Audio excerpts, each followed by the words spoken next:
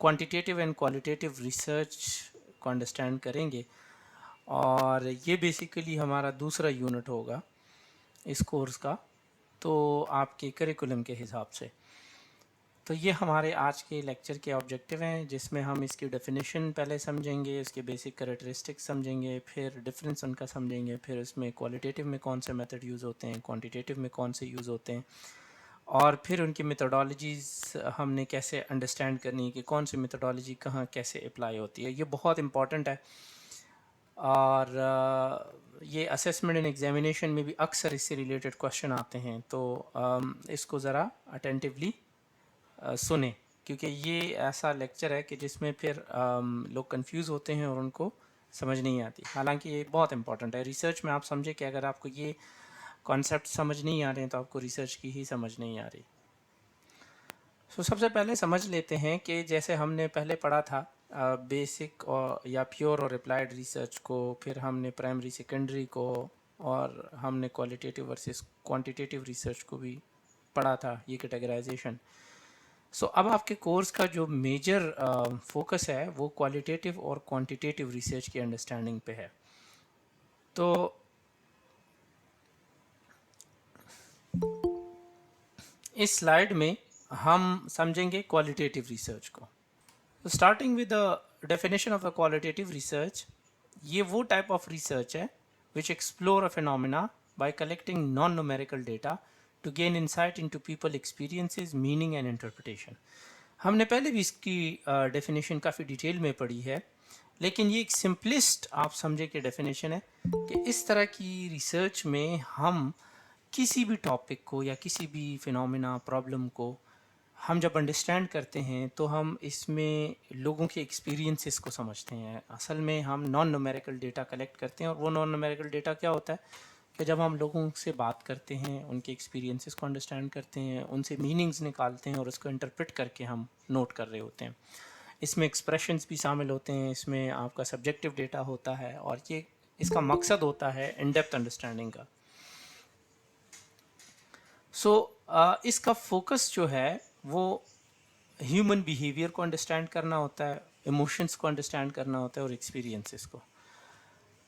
Data इसमें descriptive होता है, मतलब हमारे पास अल्फाज ही हमें बता रहे होते हैं कि बेसिकली हमें क्या कहा जा रहा है।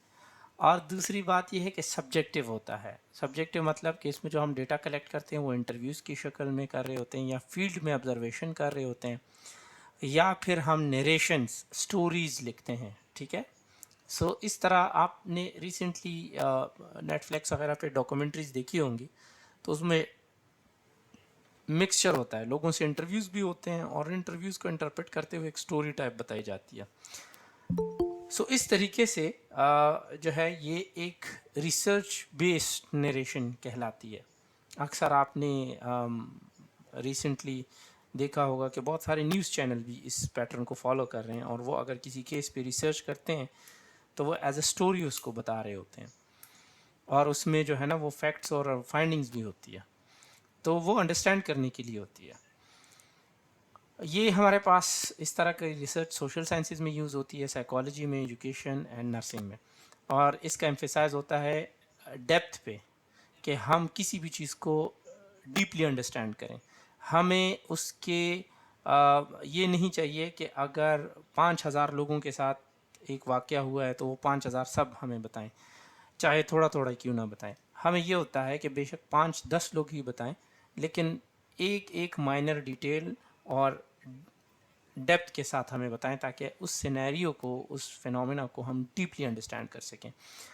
और उसमें जो हम डेटा कलेक्शन मेथड, जैसे मैंने कहा कि उसमें डेफिनेटली फिर टूल भी यूज़ होते हैं। टूल का मतलब ये है कि वो क्वेश्चनर जिसके ऊपर हमने क्वेश्चंस पूछने होते हैं, जो हमारे पास एक सेट पैटर्न होता है उनसे, तो वो हम या तो 1-to-1 इंटरव्यूज़ करते हैं, या फिर 3-4 लोगों को बिठा के उनसे क्वेश्चन करते हैं एक, और हर बंदा उस क्वेश्चन पे अपनी राय देता है। That is called focus group discussion. और इसमें जो क्वेश्चन होते हैं वो ओपन एंडेड होते हैं, उसका आंसर सिर्फ येस नो या एमसीक्यूज टाइप नहीं होता, बल्कि उसका आंसर सेंटेंसेस में लंबा चौड़ा आंसर होता है, जैसे सब्जेक्टिव क्वेश्चंस का आंसर हम लिखते हैं, तो वो ओपन एंडेड क्वेश्चंस होते हैं सब्जेक्टिव में, जिसका हम आंसर भी उसी हिसाब से करते हैं। और ये बेसिकली जो है केस स्टडीज़ होती हैं, मतलब इसमें हम एक फिनोमिना लेते हैं और इसको डीपली अंडरस्टैंड करते हैं, तो इसीलिए केस स्टडीज़ में काउंट होती है। But that is called ultimately qualitative research. So इसकी अगर हम मिसाल को लें तो अगर हम एक्सप्लोर करना चाहें कि किस तरीके से कैंसर पेशेंट अपनी कीमोथेरेपी के साथ कोप करते हैं, क्योंकि कीमोथेरेपी के इफ़ेक्ट बहुत डिवेस्टेटिंग होते हैं, फिज़िकल लिमिटेशन, साइकोलॉजिकल, इमोशनल और पेन और बहुत सारी चीज़ें इसमें होती है। डाइट वगैरह डिस्टर्ब हो जाती है, physical activity, social activity disturb हो जाती है। सो अगर हम इस फिनोमेना को अंडरस्टैंड करें कि कैंसर पेशेंट कीमोथेरेपी या कैंसर ट्रीटमेंट के साथ किस तरीके से कोप करते हैं, तो और इसको हम बहुत तरीक़ों से डीपली अंडरस्टैंड करें, बहुत सारे क्वेश्चन से, तो that will be a type of qualitative research. और उसको हम, उसका जो डेटा आता है या फाइंडिंग आती है, उसको हम नरेशन में लिखें, एक स्टोरी की शक्ल में लिखें, तो ये फिर क्वालिटेटिव रिसर्च होगा। दूसरा है क्वांटिटेटिव रिसर्च। क्वांटिटेटिव रिसर्च एक सिस्टमेटिक इन्वेस्टिगेशन होती है, जिसमें हम जो डेटा कलेक्शन और इसकी एनालिसिस करते हैं वो न्यूमेरिकल डेटा के बेस पे होती है। हमने प्रीवियस में कहा था कि न्यूमेरिकल नहीं होता, क्वांटिटेटिव में हम न्यूमेरिकल डेटा लेते हैं और उसको एनालाइज करते हैं, और उस डेटा के बेस पे हम किसी सिचुएशन को या किसी फिनोमेना को एक्सप्लेन करते हैं। उस डेटा के बेस पे हम फ्यूचर की प्रेडिक्शन करते हैं, या फिर हम उस डेटा के बेस पे अपना फिनोमिना कंट्रोल ऑफ इंटरेस्ट उसको कंट्रोल करते हैं। फॉर एग्जांपल, पिछले साल के हमें डेंगू के केसेस बताते हैं कि हमारे हेल्थ केयर सिस्टम पे इतना बर्डन पड़ा था और हमारे पास ट्रेंड लोग कम थे। तो उस पिछले साल के डेटा को देखते हुए हम इस साल ये प्लानिंग करें कि इतने इतने number of nurses and doctors को हमने ट्रेन करना है फॉर मैनेजिंग डेंगू। तो ये हमारे पास एक फिनोमिना को कंट्रोल करने की सिचुएशन हुई प्रीवियस डेटा के बेस पे। सो अगर इसके मेजर फीचर्स की हम बात करें, तो इस तरह की जो रिसर्च होती है वो वेरिएबल को मेजर करती है और उसमें स्टेटिस्टिकल टूल्स का इस्तेमाल करती है, मतलब मैथमेटिकल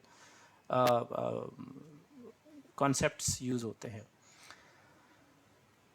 आपने बायोस्टैट में पढ़ा होगा mean, median, mode, standard deviation, variance और फिर जी टेस्ट, टी टेस्ट, का स्क्वायर वगैरह। तो ये वो सारे स्टेटिस्टिकल टूल्स हैं जो इसमें डिफरेंट वेरिएबल्स पे यूज़ होते हैं। इसी तरीके से डेटा इसमें न्यूमेरिकल होता है और ऑब्जेक्टिव होता है, जो कि क्वालिटेटिव के अपोजिट है। और इसमें हम जैसे सर्वेस करते हैं, आपने देखा होगा मर्दमशुमारी या सेंसस के टाइम पे जो सर्वे होता है, या फिर एक्सपेरिमेंट्स जो हम करते हैं, चाहे लैब में हो, कम्युनिटी में हो, या फिजियोलॉजिकल मेजर्स जो हैं बीपी और ब्लड टेस्ट से जो हमारे पास रिपोर्ट्स आते हैं। तो अगर हम सीबीसी की रिपोर्ट 1000 पेशेंट्स की लें और उसका हर पैरामीटर एंटर करें और फिर देखें कि कितने लोगों में एनीमिया था, कितने लोगों में इन्फेक्शंस एक्टिव थे, या कितने लोगों में जो है ना वो प्लेटलेट्स की काउंट कम थी, तो ये इस तरह का जो है ना वो फिजियोलॉजिकल मेजरमेंट के बेस पे पैरामीटर्स को लेते हुए हम डेटा कैलकुलेट कर सकते हैं। ये नेचुरल साइंसेज में, हेल्थ साइंसेज में, इकोनॉमिक्स और इंजीनियरिंग में ज़्यादातर ये रिसर्च यूज़ होती है, और इसका मकसद होता है जनरलाइजेबिलिटी और रेप्लिकेबिलिटी, कि अगर एक सिचुएशन में हमने एक चीज़ नोट की तो सिमिलर सिचुएशन अगर दोबारा होती है तो उसमें हम उससे रिलेटेड मेजर्स ले सकते हैं। तो वो जनरलाइज कर सकते हैं कि एक बार हमने रिसर्च कर ली और अगर सिमिलर सिचुएशन हमारे पास सामने आती है तो फिर हम सेम ही उसके जो रिज़ल्ट्स हमारे पास आए हैं वो रिज़ल्ट इस पर अप्लाई करें और इस सिचुएशन को बेहतर कर सकते हैं, रिप्लिकेट कर सकते हैं। और ये इसमें स्ट्रक्चर टूल यूज़ होते हैं, मतलब इसमें जो हमारे पास डेटा कलेक्शन के क्वेश्चनर्स होते हैं वो स्ट्रक्चर्ड होते हैं, उसमें हम क्वेश्चंस मॉडिफाई नहीं कर सकते, उसमें बने बनाए जो क्वेश्चंस होते हैं उसके जो आंसर होते हैं वो भी फिक्स होते हैं, क्लोज एंडेड होते हैं, जैसे टेस्ट्स हो गए, डिफरेंट स्केल्स हो गए, या सर्वेस के जो क्वेश्चंस होते हैं वो, तो जो क्वेश्चन सर्वे में आता है वही क्वेश्चन हम पूछ सकते हैं। इसी तरीके से आपने देखा होगा स्केल्स हमारे पास, जैसे हम पीडियाट्रिक में एबगार स्कोर कर लेते हैं, या फिर जो है आईसीयूज़ में अपाची स्केल यूज़ कर लिया या जीसीएस कर लिया। सो ये वो स्केल्स हैं जो हम इस तरह के न्यूमेरिकल डेटा को कैलकुलेट करने और मेजर करने के लिए यूज़ करते हैं। और इसकी एग्जांपल जो हमारे पास हम यहाँ पे स्लाइड से ले सकते हैं वो ये है कि measuring the effect of a new drug on blood pressure using control clinical trial, कि हम क्लिनिकल ट्रायल की एक स्टडी करते हैं जिसमें देखते हैं कि एक नया ड्रग किस तरीके से ब्लड प्रेशर को कंट्रोल करने में हेल्प करता है, और इसका हम डेटा लें और इसको मेजर करें. So that is basically quantitative research. Overall अगर इन दोनों को हम कंपेयर करें और उनका डिफरेंस देखें तो हमारे पास आपको यहाँ क्वालिटेटिव रिसर्च नज़र आ रही है और यहाँ क्वांटिटेटिव रिसर्च नज़र आ रही है, और ये वो एस्पेक्ट्स हैं जिसके बेस पे हम इनको कंपेयर कर रहे हैं. सो अगर नेचर ऑफ डेटा की देखें तो क्वालिटेटिव में नॉन न्यूमेरिकल हैं यानी सब्जेक्टिव हैं, जिसमें वर्ड्स हैं, इमेजेस हैं, नैरेटिव्स हैं, जबकि क्वांटिटेटिव में हमारे पास नंबर्स होते हैं, मेजरमेंट्स होती है और स्टेटिस्टिकल टूल्स का यूज़ होता है. पर्पज़ को अगर हम देखें तो इसका पर्पज़ होता है एक्सपीरियंसेस को एक्सप्लोर करना, उसकी मीनिंग निकालना और परसेप्शंस मेजर करना, जबकि क्वांटिटेटिव में हम वेरिएबल मेजर करते हैं और हाइपोथेसिस को टेस्ट करते हैं. इसमें रिसर्च क्वेश्चन ओपन एंडेड होते हैं जैसे व्हाट, हाउ एंड व्हाई, और इसमें क्वांटिफाइबल रिसर्च क्वेश्चन होते हैं जो कि काउंटिंग को फोकस करते हैं, कि जैसे how much, how many, does. तो ये क्लोज एंडेड क्वेश्चंस हैं. रीजनिंग की अप्रोच अगर हम देखें तो ये इंडक्टिव रीजनिंग जो कि हमने पैराडाइम का देखा था, और इंडक्टिव रीजनिंग का मतलब है थ्योरी जनरेट करना, तो इस तरह की रिसर्च से हमारे पास थ्योरी जनरेट होकर आती है, जबकि क्वांटिटेटिव डिडक्टिव है और ये किसी भी थ्योरी की इफेक्टिवनेस को टेस्ट करती है. डिज़ाइंस में अगर हम देखें तो क्वालिटेटिव रिसर्च में फ्लेक्सिबल और ओपन एंडेड डिज़ाइंस यूज़ होते हैं, वो हम आगे पढ़ेंगे, जबकि क्वांटिटेटिव में हमारे पास बहुत स्ट्रक्चर्ड डिज़ाइन होते हैं, प्री डिफाइंड वेरिएबल उसमें होते हैं, ये भी हम आगे पढ़ेंगे स्लाइड्स में. कॉमन मेथड्स की अगर हम बात करें तो इसमें इंटरव्यूज़, फोकस ग्रुप, ऑब्जर्वेशन, और क्वांटिटेटिव में सर्वे, एक्सपेरिमेंट, स्टेटिस्टिकल टेस्ट आते हैं. सैम्पल साइज क्वालिटेटिव का छोटा होता है, यूजुअली थ्योरेटिकल सैम्पल होता है और पर्पसिव होता है, जबकि क्वांटिटेटिव का सैम्पल बड़ा भी होता है और वो रैंडम या नॉन रैंडम सैम्पल भी हो सकता है. इसको भी हम आगे के लेक्चर्स में अंडरस्टैंड करेंगे. डेटा कलेक्शन टूल जो है इसमें हमारे पास फील्ड नोट्स आते हैं, रिकॉर्डिंग्स होती हैं, डॉक्यूमेंट्स रिव्यू होता है, ओपन एंडेड क्वेश्चंस होते हैं और क्वेश्चन की प्रोबिंग होती है. मतलब एक क्वेश्चन मैंने पूछ लिया, उसमें से आंसर जो आया उस आंसर में से 2-3 और मजीद में क्वेश्चन पूछ सकता हूँ, तो इसको प्रोबिंग कहते हैं. तो लेकिन क्वांटिटेटिव रिसर्च में हम प्रोबिंग नहीं कर सकते. हमारे पास फिक्स क्वेश्चंस होते हैं, क्वेश्चनर, स्केल्स होती हैं, टेस्ट्स होते हैं या फिर डिजिटल मेजरिंग इंस्ट्रूमेंट्स होते हैं. सो उसमें हम प्रोबिंग नहीं कर सकते. डेटा एनालिसिस की थीमेटिक या नैरेटिव होती है क्योंकि हम कंटेंट को एनालाइज करते हैं और उससे मतलब और परसेप्शंस और इंटरप्रिटेशन कर रहे होते हैं, जबकि क्वांटिटेटिव में हम बेसिकली मीन, स्टैंडर्ड डिविएशन वगैरह कैलकुलेट करते हैं और टेस्ट अप्लाई करते हैं. इसका आउटकम हमारे पास नॉलेज जनरेट करना है, थ्योरी डेवलप करना है या इनसाइट गेन करना होता है, जबकि क्वांटिटेटिव का मतलब आउटकम हमारे पास जनरलाइजिबिलिटी होती है या स्टेटिस्टिकल कंक्लूजन हम निकालते हैं. और रिपोर्टिंग स्टाइल नैरेटिव फॉर्मेट में होता है, जैसे कोट्स, थीम्स और एक स्टोरी लिखना, जबकि इसमें हमारे पास टेबल्स बनते हैं, ग्राफ, चार्ट्स एंड इस तरह की जो है हम रिपोर्टिंग स्टाइल में इसको रिपोर्ट करते हैं, इसके रिजल्ट्स को. अब आते हैं टाइप्स ऑफ क्वांटिटेटिव रिसर्च की तरफ. तो अगर क्वांटिटेटिव रिसर्च की टाइप्स की बात करें तो यहाँ पे हम आपके इस लेक्चर के स्कोप के हिसाब से 4 टाइप्स पे बात करेंगे, जिसमें डिस्क्रिप्टिव है, कोरिलेशनल है, एक्सपेरिमेंटल है और कॉज एक्सपेरिमेंटल है. जिस तरह नाम से जाहिर है, डिस्क्रिप्टिव रिसर्च में वो किसी भी फिनोमेना की करेक्टरिस्टिक को या पॉपुलेशन की करेक्टरिस्टिक को डिस्क्राइब कर रहा होता है, और उसमें हम जो है वो मैनिपुलेशन नहीं करते वेरिएबल्स की, जैसे सर्वेज हो गई, ऑब्जर्वेशन हो गई या सिंपल केस स्टडीज़ हो गई. तो ये किसी भी सिचुएशन की एक स्नैपशॉट हमें दे रहा होता है और उसमें हम एक्टिवली कोई छेड़छाड़ या चेंज नहीं करते वेरिएबल्स के अंदर. जबकि कोरिलेशनल रिसर्च में हम एग्जामिन करते हैं कि इसमें भी हम कोई छेड़छाड़ वेरिएबल्स में नहीं करते, लेकिन हम देखते हैं कि एक वेरिएबल दूसरे पे ऑटोमेटिकली खुद बहुत किस तरह इफ़ेक्ट कर रहा होता है. मिसाल के तौर पे एक बंदा है जो ऑलरेडी स्मोकिंग कर रहा है, हम उसको स्मोकिंग पे मजबूर नहीं कर रहे, लेकिन हम उसको देख रहे होते हैं over a period of time कि क्या ये स्मोकिंग इसकी सेहत को ख़राब कर रहा है और किस तरह कर रहा है. सो ये कोरिलेशन क्रिएट करना हुआ कि स्मोकिंग का इफ़ेक्ट या स्मोकिंग का रिलेशन विद द डिटेरियोरेशन या हेल्थ कंडीशंस. ठीक है. सो ये भी हम जो है इसमें भी ऐसे फिनोमेना स्टडी करते हैं जो नॉन मैनिपुलेटेबल होते हैं. एक्सपेरिमेंटल रिसर्च जिस तरह नाम से जाहिर है, ये इसमें हम मैनिपुलेशन करते हैं वेरिएबल्स की, एक वेरिएबल में चेंज लेकर आते हैं ताकि दूसरी वेरिएबल में इसका इफेक्ट देखें। फॉर एग्जांपल हम जो है वो एक नॉन एक्टिव बंदे को कहें कि आप डेली आधा घंटा एक्सरसाइज करेंगे और उनसे हम एक्सरसाइज करवाते हैं और फिर हम उनके कोलेस्ट्रॉल का लेवल इनिशियली जो बड़ा होता है उसको 6 महीने बाद देखते हैं, मुसलसल एक्सरसाइज डेली आधे घंटे की या 1 घंटे की, उसके बाद देखते हैं कि इसका कोलेस्ट्रॉल कितना गिरा है। सो चूंकि उसकी हमने लाइफस्टाइल चेंज करनी, मैनिपुलेशन कर ली एक वेरिएबल में, तो दूसरा वेरिएबल जो कोलेस्ट्रॉल है उसका इफेक्ट उस पर देख लिया कि कोलेस्ट्रॉल कितना कम हो।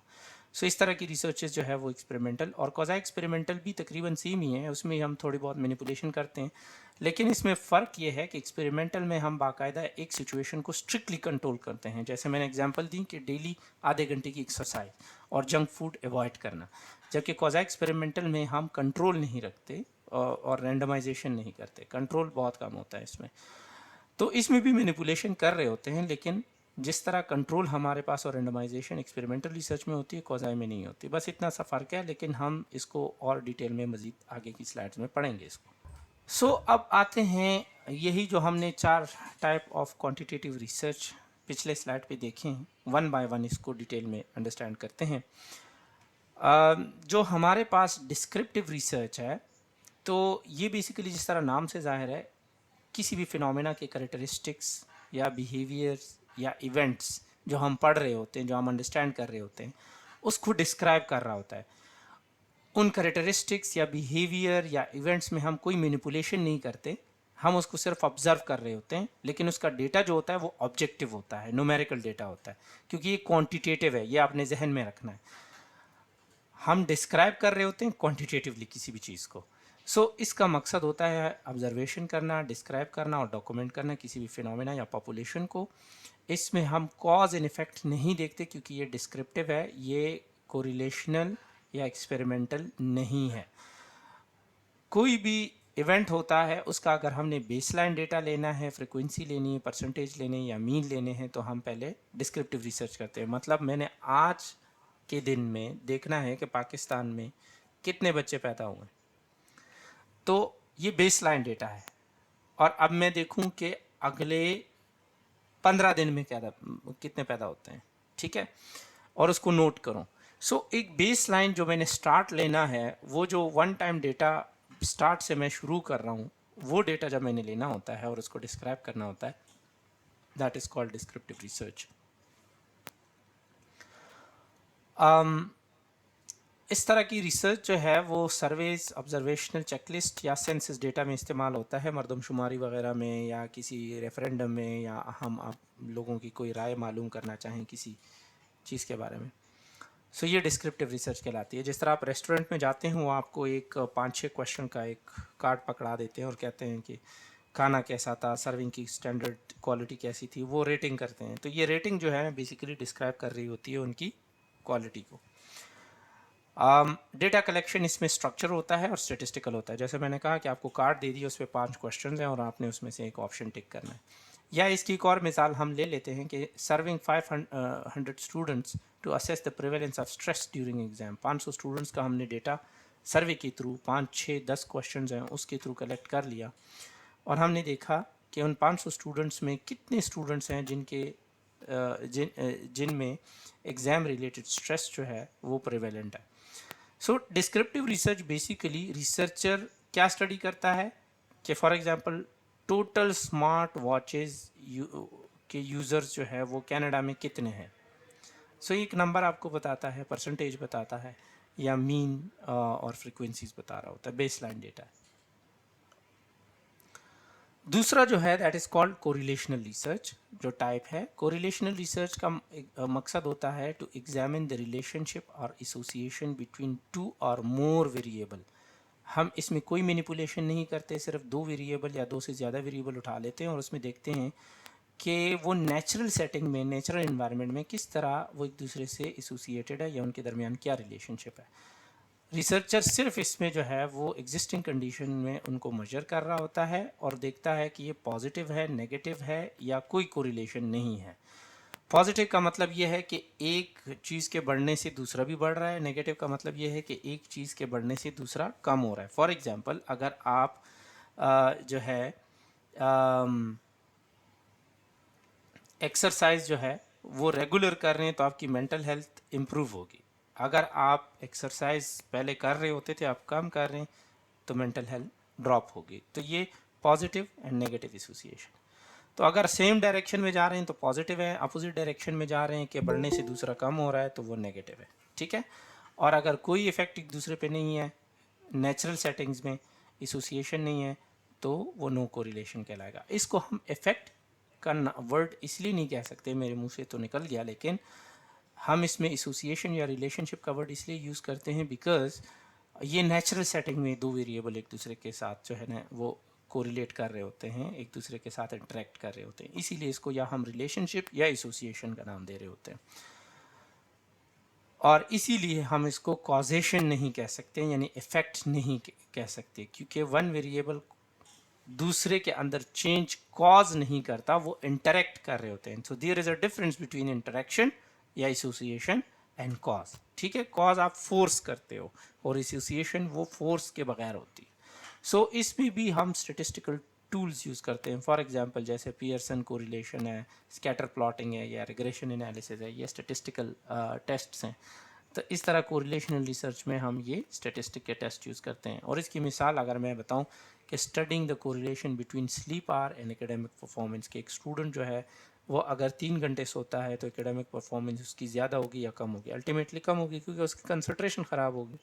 और अगर एक स्टूडेंट एडिक्वेट स्लीप ले रहा होता है तो एकेडमिक परफॉर्मेंस की कितनी अच्छी होगी। So that is one of the example. दूसरे आप स्क्रीन पे देख रहे हैं कि फॉर एग्जांपल रिसर्चर एग्जामिन करना चाह रहा है एक्सरसाइज और मेंटल हेल्थ की आपस की रिलेशनशिप को।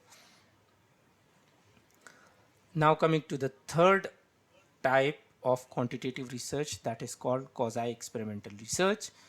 quasi experimental research का जो मकसद होता है वो ये होता है कि इसमें हम cause and effect relationship test कर रहे होते हैं, लेकिन इसमें रैंडम असाइनमेंट नहीं होती। Now what is random assignment? Random assignment या रैंडम सिलेक्शन, कोई भी वर्ड जहाँ पे रैंडम का आएगा, रैंडम का मतलब आप पहले समझे। आपकी क्लास में मिसाल के तौर पे 50 स्टूडेंट्स हैं और मुझे जो है ना उसमें से 10 स्टूडेंट्स चाहिए, तो इसका मतलब ये है कि हर 5 स्टूडेंट में मुझे एक स्टूडेंट चाहिए। अब इस तरह की सिचुएशन में वो जो 5 स्टूडेंट में मैंने एक स्टूडेंट चूज़ करना है वो कैसे करना है? क्योंकि अगर 5 स्टूडेंट में मैं एक चूज़ करूँगा तो बाकी 4 ये कहेंगे कि या तो हमें इक्वल पार्टिसिपेशन का मौका नहीं मिला, या हमसे पूछा नहीं गया, या हमें बताया नहीं गया कि किस तरह हमने सिलेक्शन करनी है, ये एक बंदे को कैसे लिया गया। सो अब विदाउट एनी बायस हमने किसी भी फेवर किए बगैर किसी एक स्टूडेंट को सेलेक्ट करना है उन 5 में से, तो हम ये कह देते हैं कि हम 5 चिट्स बना लिए हमने। एक चिट पे हमने लिख लिया सेलेक्टेड और 4 पे लिख लिया नॉट सेलेक्टेड। और उन 5 स्टूडेंट को बुला के उनको कहते हैं कि हर एक अपना एक चिट उठा लें और उसका भी खोलना नहीं है। जब वो 5 के 5 अपने चिट उठा लेते हैं तो फिर क्या लेते हैं कि अपने चिट्स खोलें और देखें जिसके हाथ में वो चिट हो जिस पे सेलेक्टेड लिखा हुआ है वो आगे आ जाए। वो आगे आएगा, अपना चिट हमें थमाएगा, हमें पता चल जाएगा ये सेलेक्ट हो गया है, उसका नाम डिटेल नोट कर लेंगे। इस तरीके से बाकी चारों को कोई एतराज़ नहीं होगा, क्योंकि हमने किसी को ना फोर्स किया है, ना फेवर किया है, और ना बाकियों को ये कहा है कि आप इस रिसर्च में पार्ट नहीं ले सकते। उन चारों को भी मौका मिला था लेकिन वो किस्मत की वजह से या रैंडम सिलेक्शन की वजह से सेलेक्ट नहीं हुए। दैट इज़ कॉल्ड रैंडमाइजेशन, ठीक है, या रैंडम असाइनमेंट्स।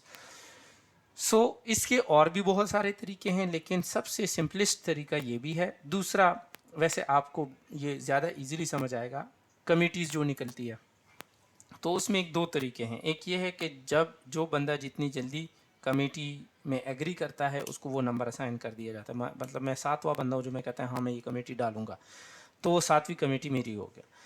एक तरीका ये होता है कि वो कहेंगे कि हम चिट्स निकालेंगे, जिसका नाम निकल आया उस मंथ की कमेटी उसकी, तो जिनकी कमेटी निकल आई होती है उनका नाम उससे हट जाता है। सो अब 10 लोग हैं, उसमें से 10 चिट्स डाल दी हैं और किसी बच्चे को बुला के उसको कहा इसमें से एक चिट निकालो। उसने एक चिट निकाला और उस पर नाम देखा तो वो नाम किसी एक बंदे का है, तो उसको वो कमेटी तमा दी। तो that is called random selection और रैंडम असाइनमेंट। सो जो क्वाज़ी एक्सपेरिमेंटल रिसर्च होती है इसमें रैंडम असाइनमेंट नहीं होती, इसमें हम सिलेक्शन कर रहे होते हैं लेकिन रेंडमाइज्ड बेस पे नहीं कर रहे होते। और उसमें जो वेरिएबल फिर हम जो है वो उसको टेस्ट कर रहे होते हैं या उसको असेस कर रहे होते हैं, वो कॉज एंड इफेक्ट रिलेशनशिप देख रहे होते हैं। कोरिलेशन से ये थोड़ा सा डिफरेंट है। So participant are not randomly assigned to groups. इसमें हम अवेलेबिलिटी के बेस पे या एग्जिस्टिंग कंडीशन के बेस पे हमने 50 लोग लिए मिसाल के तौर पे, 25 एक ग्रुप में असाइन किए, 25 दूसरे में असाइन किए। हमने ये नहीं देखा कि पहले के ये कंडीशन होगी तो ये इस ग्रुप में जाएगा, बल्कि हम क्या कहते हैं कि आप 25 ग्रुप ए में जाओ और ये बाकी 25 ग्रुप बी में जाए। सो ये non random selection. So often used in natural setting, जैसे हॉस्पिटल्स में, स्कूल में, कम्युनिटीज़ में ये इस तरह की क्वांटिटेटिव रिसर्च का मेथड यूज़ होता है, और इसमें कंट्रोल ग्रुप इन्वॉल्व हो भी सकता है और नहीं भी हो सकता, but it's not randomly selected. हम इसको दोबारा बात करते हैं कि रैंडमली सेलेक्ट नहीं करते। इसमें जो है आप प्री पोस्ट भी कर सकते हैं कि एक ग्रुप आपने उठा लिया, रैंडमली नहीं, बस वैसे ही आपने एक क्राइटेरिया के बेस पे 50 लोगों को सेलेक्ट कर लिया, उनको किसी इंटरवेंशन से पहले जो है ना टेस्ट कर लिया कि अभी बेसलाइन उनकी ये हालत है, फिर आपने इंटरवेंशन दे दी, और फिर उसके बाद जो है ना कंट्रोल्ड इंटरवेंशन दे दी, और फिर आपने उनसे दोबारा डेटा लिया और वो पहले वाले डेटा के साथ उस इंटरवेंशन के बाद का डेटा असेस कर लिया, देख लिया, तो आपने देखा कि जो है इफ़ेक्ट आया है या नहीं। सो इसमें हम वो इंटरवेंशन टेस्ट करते हैं जो कि अक्सर हमारे पास ट्रू एक्सपेरिमेंटेशन के ज़रिए फिजिबल नहीं होती, या जिसमें एथिकल लिमिटेशंस होती हैं, या जिसमें हमारे पास जो है वो कंट्रोल्ड हम नहीं कर सकते, या वो उतनी हमारे पास एक्सपर्टीज़ नहीं होती, तो फिर हम जो एक्सपेरिमेंटल रिसर्च में चाहिए होती है तो फिर हम क्वाज़ी एक्सपेरिमेंटल रिसर्च का इस्तेमाल करते हैं। इसकी मिसाल एक यहाँ पे है कि studying the effect of hand hygiene programme on infection rate in one hospital ward versus another, कि एक हॉस्पिटल को हमने ले लिया, दूसरे को देख लिया, और हमने दोनों जगह पे हैंड हाइजीन प्रोग्राम अप्लाई किया, और फिर हमने इनिशियली डेटा लिया था कि अभी फ़िलहाल हैंड हाइजीन की वजह से इन्फेक्शन रेट कितने हैं, और फिर जब हैंड हाइजीन प्रोग्राम अप्लाई कर लिया, फिर उसके कुछ अरसे बाद हमने इन्फेक्शन रेट देख लिए और उसको असेस करके देख लिया। तो हमने देखा कि हैंड हाइजीन प्रोग्राम का ये जो कॉज है, हैंड हाइजीन प्रोग्राम, इसका इफेक्ट इन्फेक्शन कंट्रोल या इन्फेक्शन रेट्स की रिडक्शन पे कितना है। And the last in quantitative research is experimental research, जिसको ट्रू एक्सपेरिमेंटल भी कहते हैं, और इसमें अनलाइक क्वाज़ी एक्सपेरिमेंटल हमारे पास कंट्रोल्ड कंडीशन होती है और रैंडम असाइनमेंट होते हैं। इसमें भी हम कॉज एंड इफेक्ट रिलेशनशिप देखते हैं, वो क्वाज़ी एक्सपेरिमेंटल में भी देखते हैं, लेकिन फ़र्क ये है कि उसमें कंट्रोल्ड कंडीशन भी नहीं होती और रैंडम असाइनमेंट भी, जबकि इसमें होती है। सो पार्टिसिपेंट रैंडमली असाइन हम करते हैं, और ताकि हम कंट्रोल कर सकें अपने दो ग्रुप्स को, एक्सपेरिमेंटल और स्टैंडर्डाइज ग्रुप, जिसको हम कंट्रोल ग्रुप भी कहते हैं। ठीक है, दो ग्रुप्स हमने ले लिए, 100 लोग हमने सेलेक्ट कर लिए, उसमें से रैंडम सिलेक्शन कर ली, 50 लोगों की एक तरफ ग्रुप ए में और 50 लोग ग्रुप बी में रैंडमली असाइन कर दी। अब जो ग्रुप ए वाले थे उनको हमने फॉर एग्जांपल डेली जो है वो एक फूड आइटम या एक थेरेपी दी। दोनों डायबिटीज़ के पेशेंट हैं, दोनों ग्रुप्स में, ग्रुप ए और ग्रुप बी में, दोनों एक टाइप की इंसुलिन ले रहे हैं, लेकिन जो ग्रुप ए है उनको हमने इंसुलिन के साथ साथ एक टाइप ऑफ फूड या जो है वो भी डेली बेस पे देना शुरू किया, सप्लीमेंट। और एक महीने बाद हम देखते हैं, जबकि ग्रुप बी वाले अपने सिर्फ इंसुलिन ले रहे हैं, तो हमने ग्रुप ए और ग्रुप बी दोनों से जो है वो डेटा लिया, उनके टेस्ट किए डायबिटीज़ के, और फिर उनको कंपेयर किया कि जो ग्रुप ए में एडिशनल थेरेपी हमने दी थी, क्या उसका डायबिटीज़ के कंट्रोल पे, ग्लाइसेमिक लेवल के कंट्रोल पे कोई फ़र्क पड़ा है या नहीं पड़ा। ठीक है, और इसमें कंट्रोल क्या होगा कि ग्रुप ए वालों को ये नहीं पता कि ग्रुप बी को ये चीज़ मिल रही है, ये जो एडिशनल थेरेपी है या नहीं, और ग्रुप बी वालों को ये नहीं पता कि ग्रुप ए को क्या थेरेपी मिल रही है एडिशनली, या कुछ हमारी तरह ही ट्रीट कर रहे हैं या कुछ न्यू इनमें टेस्ट किया जा रहा है।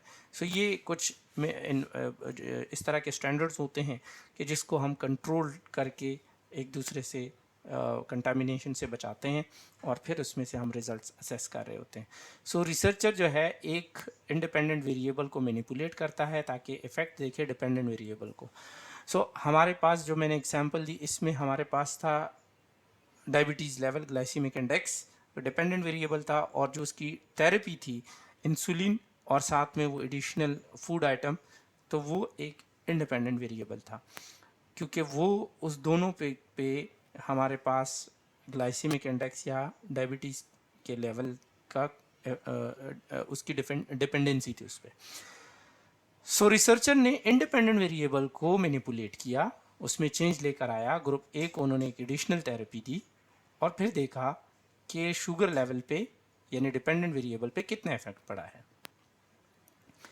इस तरह की रिसर्च की इंटरनल वैलिडिटी हाई होती है। इंटरनल वैलिडिटी का मतलब ये है कि ये इस तरह जो रिसर्च का रिजल्ट्स हमारे पास सामने आते हैं तो वो सिमिलर सेटिंग में बहुत हाईली जो है वो रिलायबल होते हैं, मतलब उसको हम अप्लाई कर सकते हैं विदाउट इफ एंड बट्स। और ये कॉमनली जो है वो क्लिनिकल ट्रायल में, साइकोलॉजी में और ड्रग टेस्टिंग में इस तरह की रिसर्चेस का यूज़ होता है। एग्जाम्पल की अगर हम बात करें तो testing the effect of new antihypertensive drug versus a placebo on blood pressure in randomly assign patient के। रैंडमली हमने पेशेंट लिए दो ग्रुप्स में, एक ग्रुप को हम प्लेसेबो दे रहे थे, मतलब उनको डेली जो है हम कोई फूड आइटम दे रहे थे, और दूसरे ग्रुप को उसी फूड आइटम के अंदर हम एंटी हाइपरटेंसिव मेडिकेशन मिक्स करके दे देते थे। तो उसमें देखा कि एक ग्रुप जो प्लेसेबो ले रहा है, और दोनों ग्रुप्स को बताया गया कि ये हाइपरटेंसिव ड्रग है इसमें, ठीक है। तो एक ग्रुप जिनको मिल रहा था उनको पता था कि इसमें ड्रग शामिल है, और दूसरे ग्रुप को बताया गया है कि इसका भी हाइपरटेंसिव लेवल पे इफेक्ट होता है, और फिर इनके रिजल्ट्स कंपेयर किए। तो that is called experimental research.